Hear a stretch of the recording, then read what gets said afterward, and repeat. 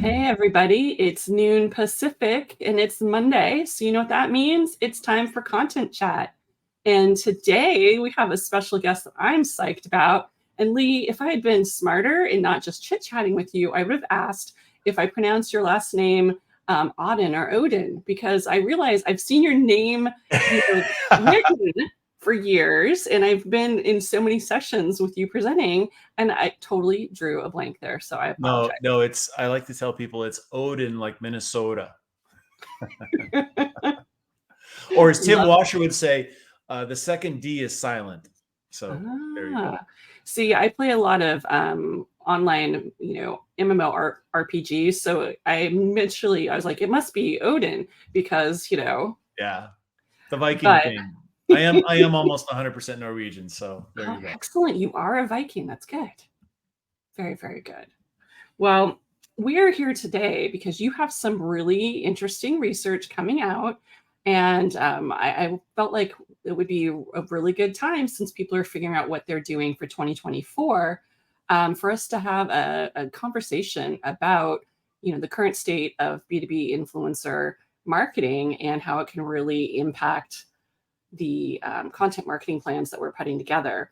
But of course, as a refresher, I really wanted us to start by talking about what the B2B buying cycle is looking like. Because back in the dark ages, when you wrote your first book, I remember reading it, and I remember we had these concepts about the funnel and top of the funnel, middle of the funnel, all that kind of stuff, and this quaint little buyer's journey that folks went through. And I feel like, even before COVID happened to all of us, buyers really kind of blew that up. And now, of course, we add AI to the mix. Oh my goodness, what does a buyer's journey even look like these days at all? Yeah, it's funny. I used to make a joke when about the funnel, and that, when's the last time you walked in, as a consumer? When's the last time you walked into the store and someone said, no, come over here, come over here. You need to walk through the funnel. You need to be aware and then consider and then purchase. That's the only way you can check out of this grocery store. Yep.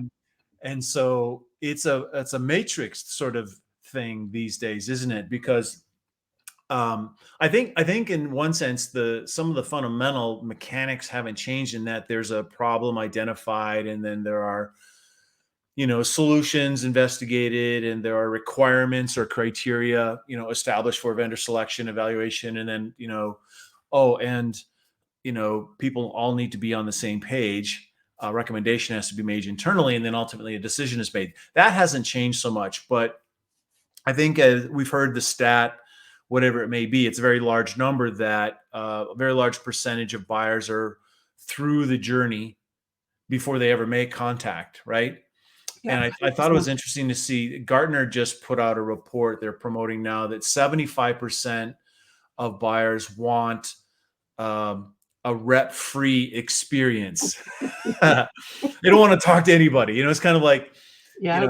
people don't want to talk on the phone. Don't even text me. You got to DM me, or you got to, whatever it is people do these days. But they don't want to have that kind of interaction. So here's the question, to help answer your question, and that is, when people are pulling themselves through that information discovery and evaluation and consideration, all that, those steps, those jobs, as Gartner says, that you need to get done in order to make a decision, whose content is it? And so, because of things like economic uncertainty and budget freezes, there are some changes that have occurred, in that, it's taking longer, and there's more people involved. That buying committee is getting even bigger, and buyers are, or a lot of brands are saying they're sticking with what they know, the vendors that they know, because there's a trust factor there.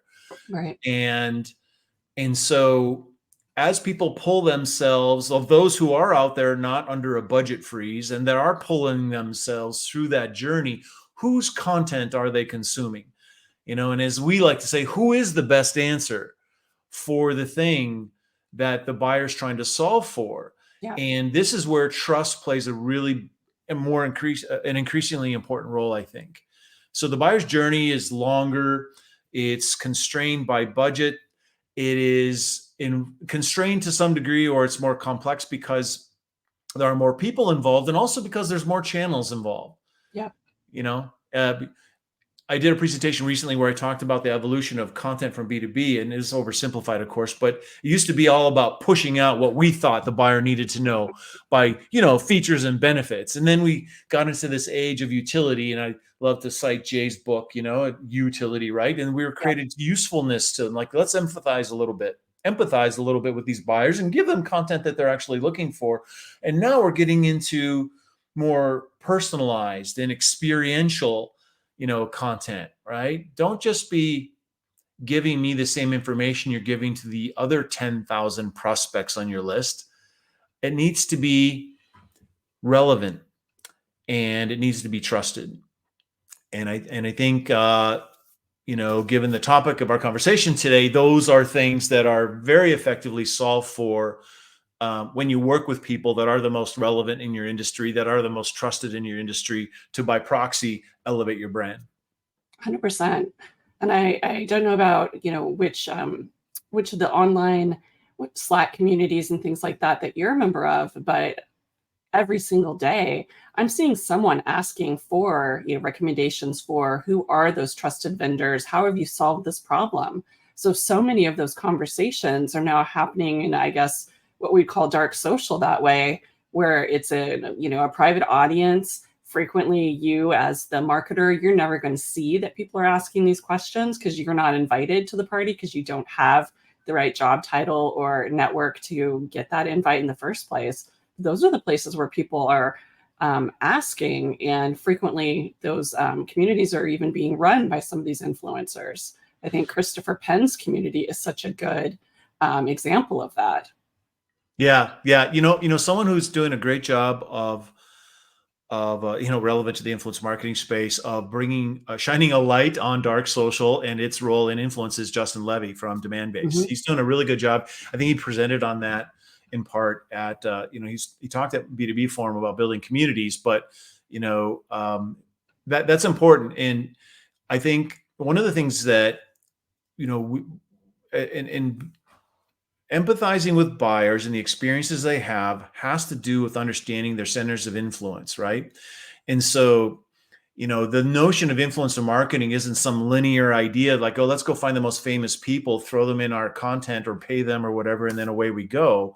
It's actually starts with the buyer and understanding what are the centers of influence for the buyer. So, in that book you mentioned, Optimize, which is over here somewhere, I think, had this holistic and kind of view of buyer empathy, in that, what is their information journey? How do they discover information? What are their preferences for content consumption? And then what are the triggers that motivate action? But in terms of their centers of influence, that involves publications they subscribe to, email newsletters, what ads they might respond to, what are they searching on, and then the people. And in terms of the people, it's the person sitting in the cubicle next to them, or in the house in another country, since they're remotely working now. But also the trusted experts, the people that are part of those special interest groups, and the dark social, as it were, private communities that are so much on the rise in the B2B space. Why? Because trust, because of relevance, I think, and if you can get a quality recommendation, that's worth so much. It saves the brand money ultimately, because you get good information that you can act on, and you have a high degree of certainty that it's going to result in what it is that you're looking for, as opposed to wandering in the wilderness of the digital world and trying to figure out what's AI, what's real, what's marketing, and what can be trusted.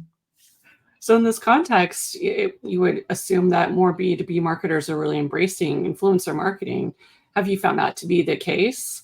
And if so, how are they really making the most of those influencer relationships? Yeah, well, so we've got this third edition of our B2B influencer marketing report coming out here in about a week or so. And one of the big takeaways was the trend data. It's fun to, have done similar research several years in a row And in 2020, when our first report came out, 34% of the B2B marketers we surveyed said that influencer marketing was part of their strategy. In 2023, that number has jumped to 85% that are making influence as part of their strategy. So, the expression that's kind of sticking with me is that I think we're in an age of influence. And I know we're in an age of AI and lots of other things, but there is an evolution of this idea that, well, first, everyone's influential about something. It's not just about the famous individuals in your sector, but the information transfer and the credibility and the relevance is playing more of an important role because of budget constraints, because of greater scrutiny on ROI. I think it was 94% of the people we surveyed said they are feeling greater scrutiny on having to prove ROI of their marketing programs, right? Yeah. And one of the other interesting things was we asked respondents to rank what channels or tactics had the most impact on their success of their marketing. Social media actually was at the top of that list, but in the second position was influencer marketing, Nice. and followed by SEO and content marketing. So it's really interesting. There's a bit of a gap between high performers in the craft of working with influence as a thing. So it's not just influencers externally, but growing influence of the brand and internal experts. But leveraging that ability to create trusted, relevant content is having a great impact. But then there's a bunch of people that don't. And I thought one of the interesting stats around that was in regards to the pressure. It was 93% find greater pressure to prove marketing ROI, but only half of marketers are even measuring the effectiveness. So it's kind of a tough call. It's a tough situation for them to be in, I think. So what are they doing? What are these high performers doing? Most of them are working with the influencers to promote content. Now, these are not mutually exclusive activities. They're doing all the things in many cases, but the vast majority are using or working with the influencer to reach that audience. And you'll find, if we talk about it later, why that is exactly, why influencers play such an important role there, outside of the obvious. The other activity is that they're working with them to actually endorse products, which is such a B2C thing to do. Right. But they are. The next category was collaborating on content, providing quotes, which, we're familiar with that. Makes Participating in events was another big one. And then serving as brand ambassadors. And then the last one was 26% said serving as advisors to the brand itself. And And that's when you think interesting. about it, it makes sense, right? Because Yeah. if you have someone who is, well, in the B2B space, people that are usually called influencers tend to legitimately be influential. They tend to legitimately be experts in their domain or their field, because otherwise people won't trust them. Right. They can't just be great at creating, Snapchat or YouTube videos or TikTok videos. They actually have to know what they're talking about. Otherwise, no one will listen to them. And so if you have someone who's publishing, maybe their academic research, and yet they're also CEO of a company or a senior executive at a company, and they're speaking at conferences, authoring books, and they're, original research. I mean, wow. Yeah, that's the kind of business leader that is influential, that also would be a great advisor to a brand.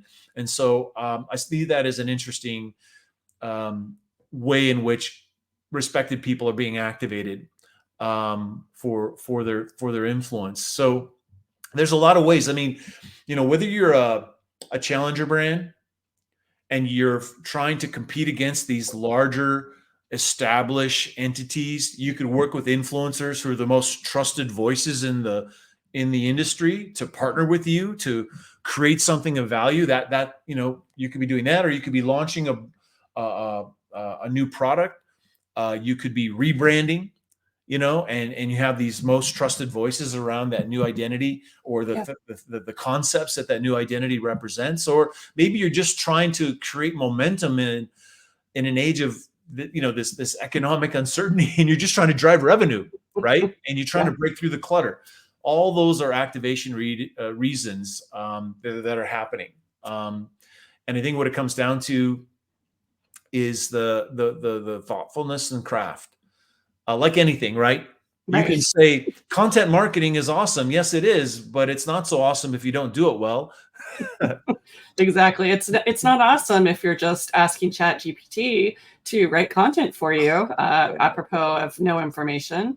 Yeah, and I think we're going to see so much more of that, which to me makes influencer marketing and those content collaborations even more valuable for next year, because it's going to stand out in a sea of samey, boring content, and I think we're going to have so much of that. My oversimplified observation about ChatGPT and generative AI is that it just makes you more of what you are. So if you're coming to the table with weak ideas, you're just going to scale those weak ideas, right? You're going to close the gap between being weak and mediocre. and really, is that what's going to win business? I don't know. I don't know. Definitely. And I apologize. It looks like we're having a French bulldog Chuffy attack over here. Something Oh, is annoying him. Probably his kitten sister is probably on the other side of that door, putting her little feet underneath. So apologies for that. I want to dig in a little bit because about something you said, which is, we are being, as a group, marketers are really being asked to show how every single thing we do has that ROI, how we're meeting the business goals. Yet we also are in that situation where frequently most companies have a really hard time with any kind of marketing attribution. Maybe they can track first and last touch. And then you end up in that situation where they're like, oh, well, we spent all this money on this influencer marketing or on these, on content marketing, and nobody clicked directly to book a demo or buy. So clearly it's not working. So I'd love it if we could get your perspective on, how you can actually get those business results through influencer marketing, and kind of, and maybe, win over those naysayers.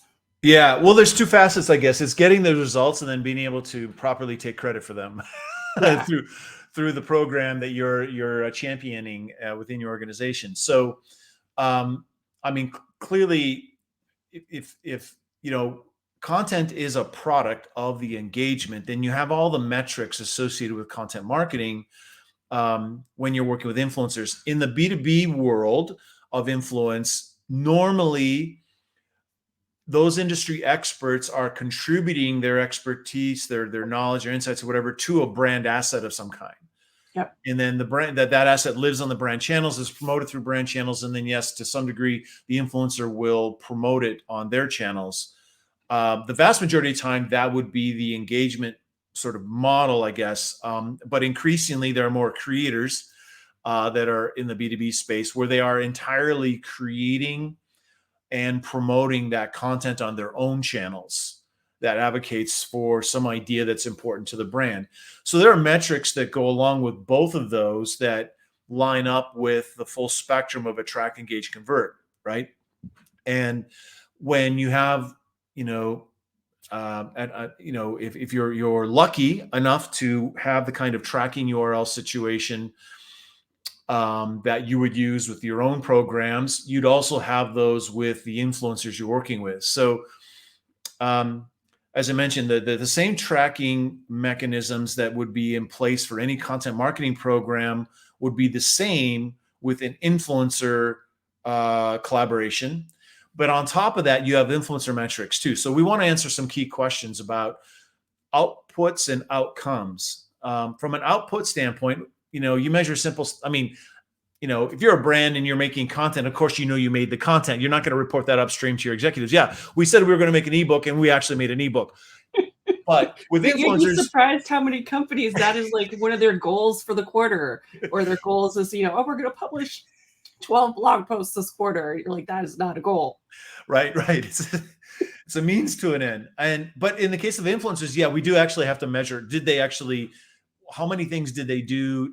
Did they share or not? And then we measured the degree to which the things that they did um, were engaged with by that audience. And then further on, those are the outputs, and then the outcomes are, of course, any conversion type of activity that can be associated with those tracking URLs given to the influencers to activate either organically or paid through their own efforts. So there's that layer, right? The degree to which tracking URLs will give us the answers that we're looking for, either through content on brand channels or through content and engagement that occurs through influencer channels.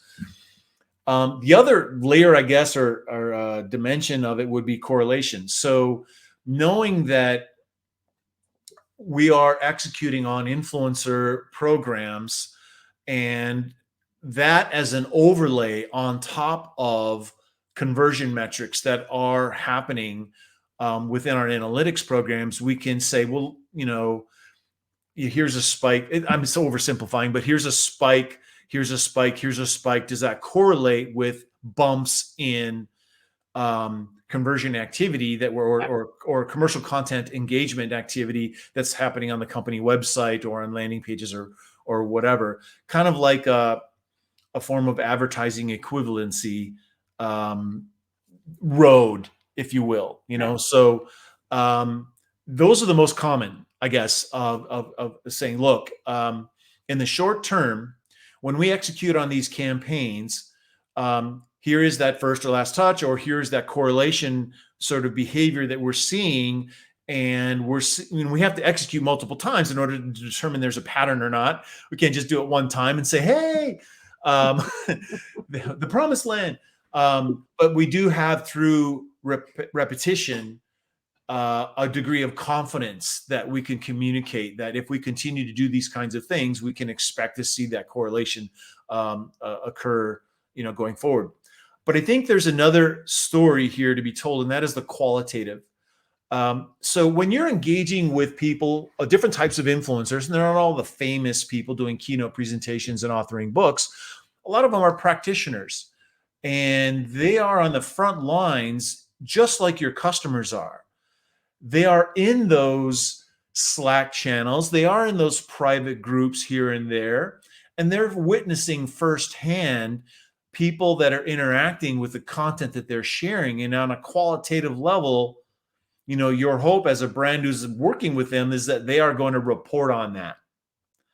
And they're going to qualitatively share those stories or those incidents or experiences to the brand that's working with them to say, hey, look, yeah, here are my metrics on my own social channels. Like, here's my own LinkedIn data that I could, I did something on LinkedIn, and here's that data. But guess what? Check this out. I made a comment and someone came to me and they said, da, da, da, da. And here's a little screenshot of my email exchange or my DM exchange or whatever. There you go. And that's so valuable. And that is worth its weight in gold. Exactly. Well, I guess gold doesn't weigh anything in the digital world, but you know what I'm talking about, right? Exactly. Worth its weight in Bitcoin. More than that, I want to say, more than that. And I just wanted to share that definitely our conversation is resonating with folks. So Carmen also said hi. Oh, hi, Carmen. Thanks for being here, Carmen. We love you. But we're all struggling with these same things. So what would you call those kinds of influencers who are the everyday people who are out there doing things, and because they're aware of your brand, because you've engaged with them and developed that relationship with them, how would you, what would you call those influencers, and how do they relate to the other types of influencers you might be working with? So great question. Probably practitioner. So there's a lot of different schema for categorizing influencers. It could be about who they are, it could be about who the audience you're trying to reach, or it might be about the content you're trying to create. But I'm just gonna, share how we generally do it. I mean, it gets a little more sophisticated, obviously, but practitioners are right there on the front line, doing the thing. Like there's super users, subject matter experts who have a point of view. They have strong opinions, and therefore they attract people that follow them. But there are other types of influencers that, from a category standpoint, they're also niche experts. So they tend to be a little more popular, and they probably spend more time publishing in some form or another to articulate their point of view. And they engage with that community on a regular basis, but they're not trying to be famous. It's just they're very passionate about the craft, about the industry, and about making a difference in some way. Moving up on the popularity scale, I guess we'd have the thought leaders, or I like to call them brand individuals, which is an expression I stole from David Armano, I believe. Brand individual, this is the pro influencer. And I think the pro influencer is less common in B2B than B2C by far, but they're increasing. And so a pro influencer is someone who's making their business about being influential. So they have very established podcasts, email lists. They're very active in the industry. And again, they monetize as a function. Being an influencer is a function of how they monetize, right? So, Right. And they're great. And creators fit somewhere in there. Creator being that people coming into the B2B space who are exceptionally gifted or have become gifted at the craft of making media, and they're smart, savvy person.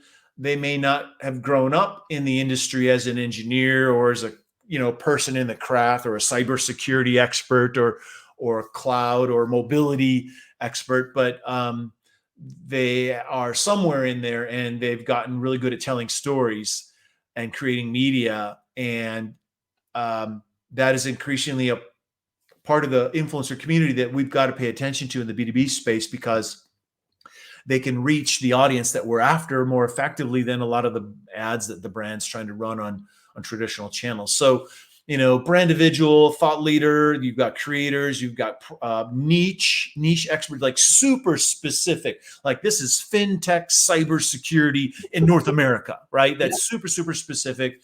And I'm not going to go to that fintech person with healthcare cybersecurity, although lots of B2B brands will try and do that because they check the box on cybersecurity. Yeah. And that's a fail. And then we also have internal influencers. And so this isn't all apples to apples exactly, but looking outside is definitely an opportunity, because we're trying to find people that our audience is paying attention to, and people in the industry that have the trust and attention of our customers are great candidates to partner with, right? But we also have to look at inside, because certainly we have smart people inside our company. And they're not all just on the leadership team. Exactly. Yeah, we have a whole thought leadership team. And certainly we have people who have points of view. We have people who have the 5 Ps, as I like to call them. They're proficient, they have popularity, they have personality, they publish, and they promote, right? Yeah. They have maybe not so much on the personality side in B2B, but they've got a lot of the other things, right? There's plenty of weird Barbies in B2B. Yeah, exactly. Yeah, there are. Yes, weird Barbie. That was such a great presentation. That was so awesome. Ann Hanley. Ann Hanley, woo, woo, woo. Yeah.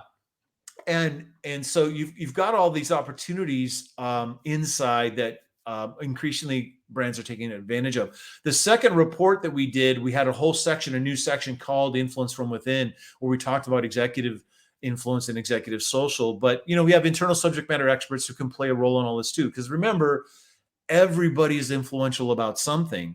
Yeah. Now wait a minute.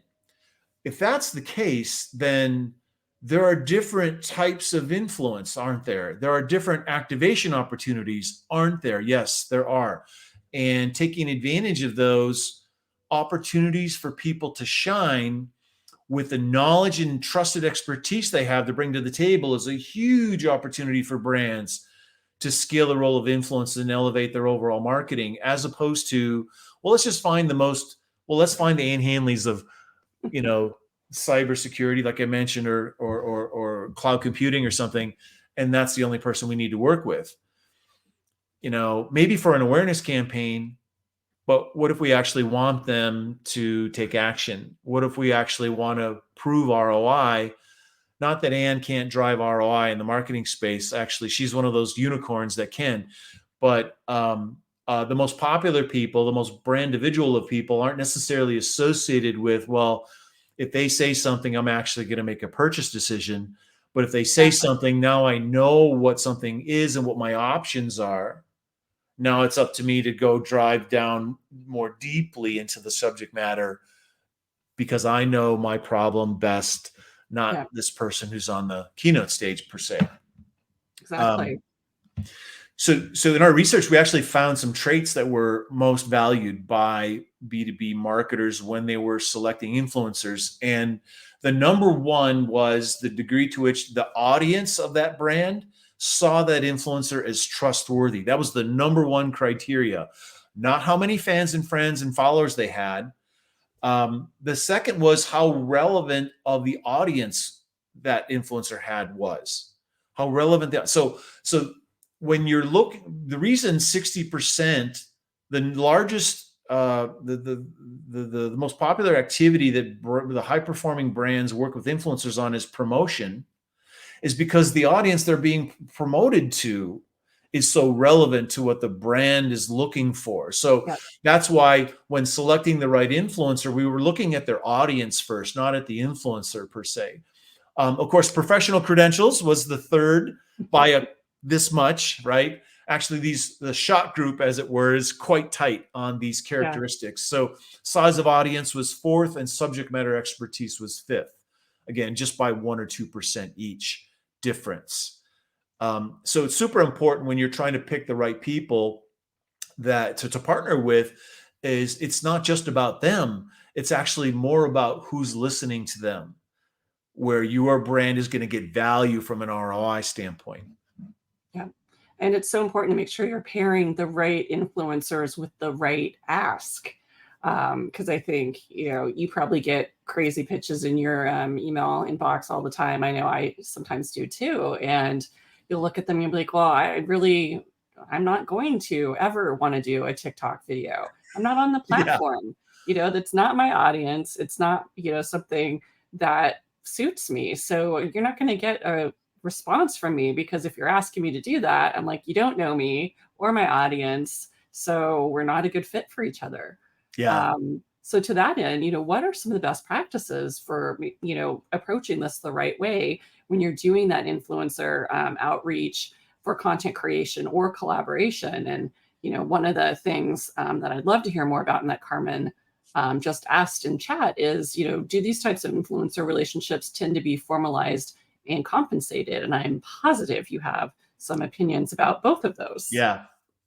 Yeah. So it's interesting you say that about the asks and such, because I one thing that's really stood out we started doing paid influencer work for B2B tech brands in 2012. I think it Mhm. was with Dell Tech Page One, was that project, but and Content Marketing Institute, for the Content Marketing World Conference. But is that the fastest way to fail at influencer marketing and engagement is to fail at relevance, right? And you just gave an example of that, where people ask you to do stuff and you're like, what? Why? Why?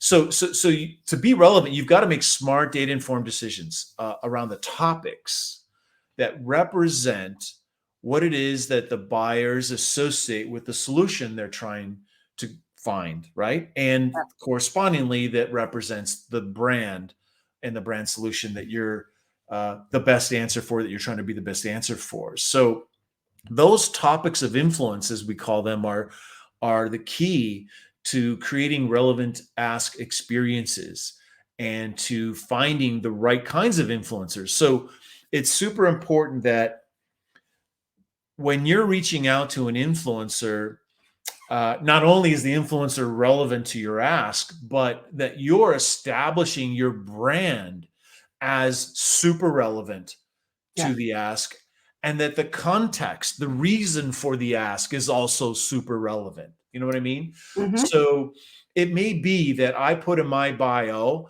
and I'm gonna pick on fintech cybersecurity, that I'm a fintech cybersecurity evangelist, right?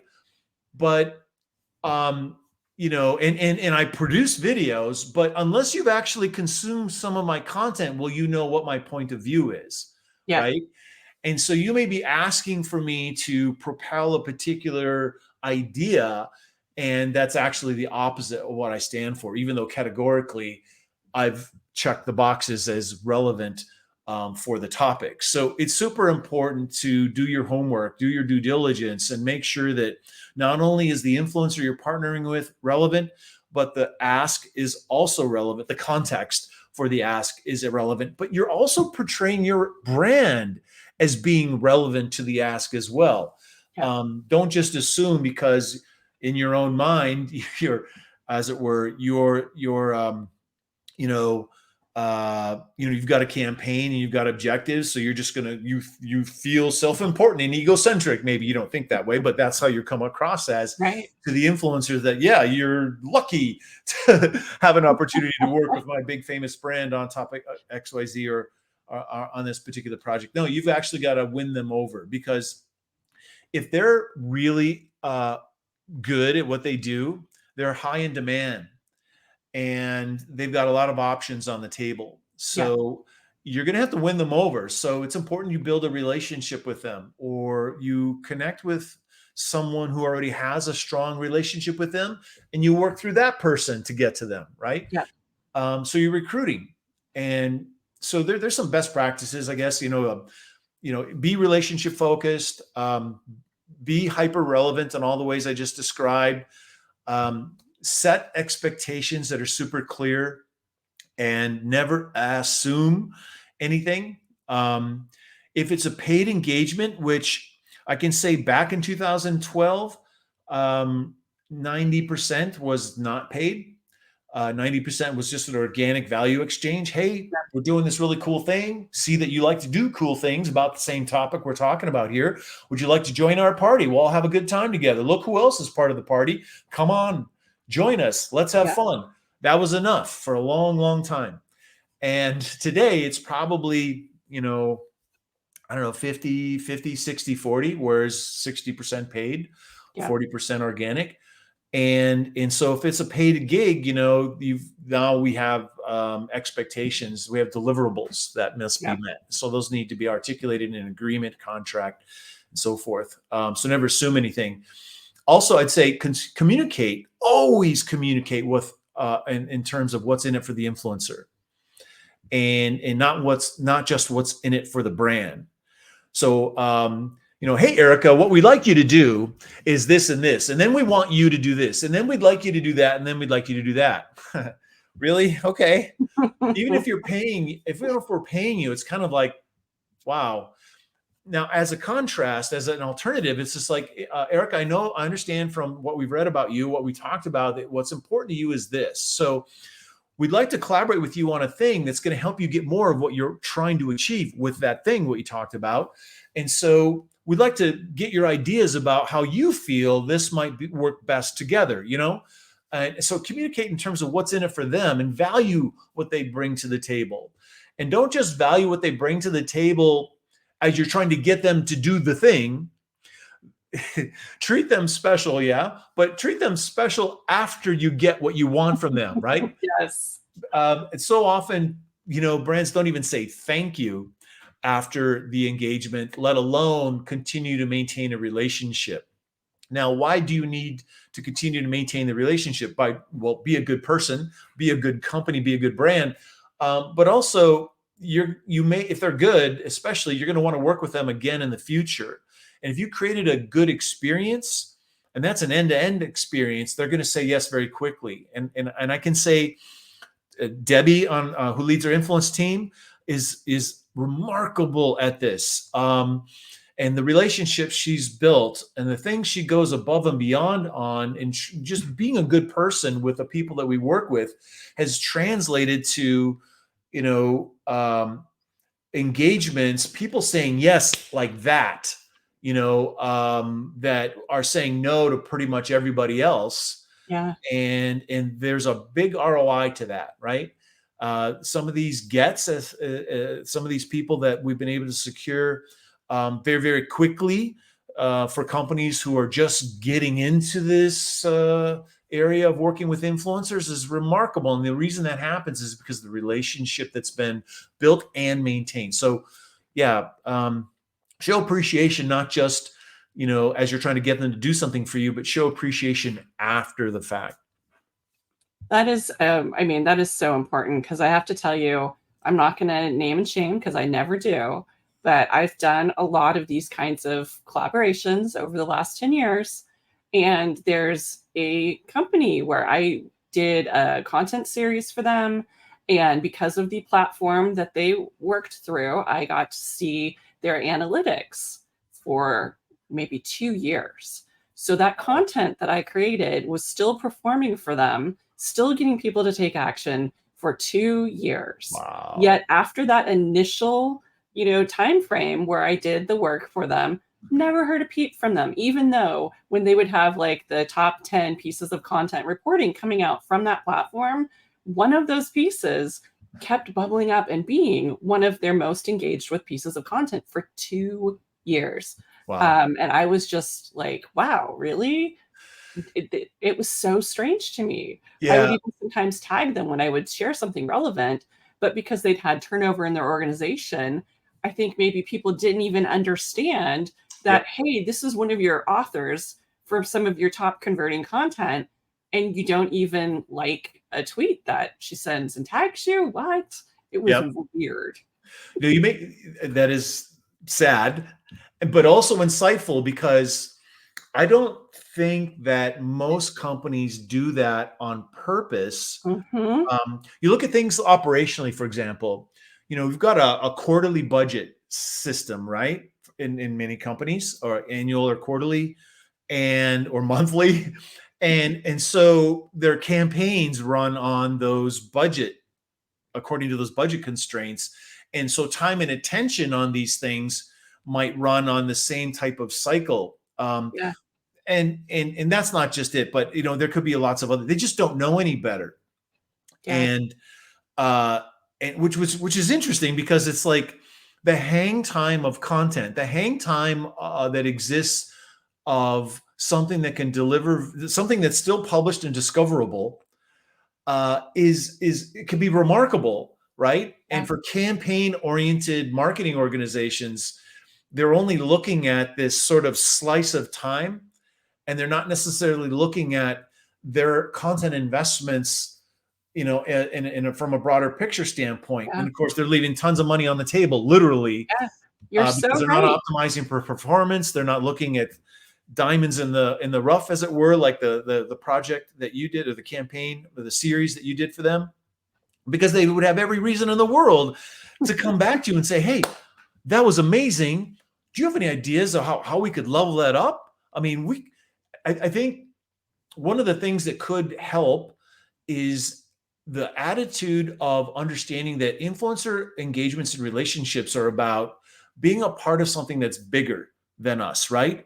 This is special, what we're doing. What we're building is something that can actually help our industry to some degree. And I know that I've been lucky to work with some companies, some tech companies over the years, and those that were able to effectively articulate that, look, yeah, you have expertise in marketing. Great. That's cool. But guess what? We're trying to create a movement around something, and I am going to name a name. I'm going to name Adobe. What Adobe has done with Adobe Insiders program. Yeah. They started something that on some levels runs on its own now, and in terms of generating advocacy for the brand, unprompted by the brand at all. But it was about this approach in developing community and connecting not just influencers with the brand, but influencers with each other, and finding common ground and finding this mutual value sort of situation where we're part of something bigger than ourselves. Click, right? Yeah. And that click lasted a long, long time. Well, I think we're all looking for that sense of community, especially, so many of us are working remotely, we're working from home, and having that way to find those people that you have that affinity with and that shared, approach to doing your work every day. It's amazing when you find that. And for a brand to recognize that value, to have that extreme empathy for their customers and to facilitate that is just so, that's brilliant. Yeah, it makes me think of the influencer marketing maturity model, or schema, as it were, in that Mhm. entry points are these sort of point activations, right, where they just get quotes or something, and you use those quotes like ingredients in blog posts and newsletters and stuff, ebooks. But then there's campaign oriented activation. So that's a more robust, significant commitment that the influencer is making to contribute and to share. But then there's community. And Yeah. community is where we get into the system that allows us to have an always on influence initiative, right? It's like, you know, you have to do more with less, right? We're in an age of doing more with less now with That's marketing right. because of budget constraints. But if you have influencers as part of your system, now we're doing more with more. And why is that? Because now we have these partners that are in the game with us. They're playing right next to us, right? And we Yeah. have this thing in common that we're after to try to achieve more together. We're doing more with more. And that's part of community. That's part of always on influence. And it's something that can create, it creates its own gravity. It creates momentum. Yeah. And driving conversations in the marketplace that make us the best answer, make us relevant, make us trusted. But it takes a little bit of time and effort and commitment to get there. But once you get there, it doesn't run by itself, but gosh, it doesn't take as much effort as you think, Yeah. because you have created that story and that narrative that everyone is committed and bought into.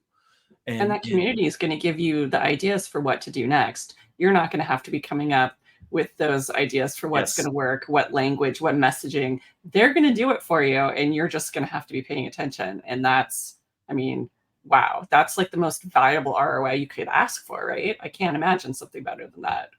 all the way you look at the full customer life cycle, and it goes from awareness to advocacy. Well, there you go. That's advocacy, in that you are creating a system or a community that naturally optimizes for advocacy, right? Yeah, so brilliant. Well, we have about 10 minutes left. So now I'm going to have to ask you to look into your data fueled crystal ball. So based on the trends that you've been seeing in the research, the conversations you've had, like at Marketing Profs B2B Forum earlier this month, and just talking with the marketers you're working with, where do you see the big opportunities or trends being for influencer marketing in B2B for next year? So I think, as I mentioned, the role of creators is going to continue to increase. They're going to be more and more media, creation savvy people that are going to be great ad buys for B2B brands. And the way you work with them is different than organic, influencers. But I think that's a category that is going to be on the rise. I think AI is going to play an interesting role with influence. Now, we're already having to run content that influencers give us through AI detection services, because some of them are doing it. Yeah. They're just to make it easy for themselves. They're just having AI create, and it's like that. That's no good. But there are interesting things when you use AI as an engine and your own data to ideate and be more creative about activations and that sort of thing. There's some opportunities there, and there's some operational things too in terms of analyzing data. Yeah. So AI is going to play an increasingly important role as it relates to all aspects of marketing, including influence. But at the same time, I think authenticity is a big opportunity for influencer engagement with B2B brands going into 2024. And I love a quote. This is a sneak preview quote that Ursula Ringham gave us for our report. And that is, no one wants to buy from an AI that hasn't done the work or used the product, right? Yeah. So this really speaks to the importance of authenticity. And as operationally as efficient as it may seem to a B2B marketer to use AI in whatever ways as it relates to influence, the buyer's going to be able to tell. So you've got to think about the importance of authenticity. I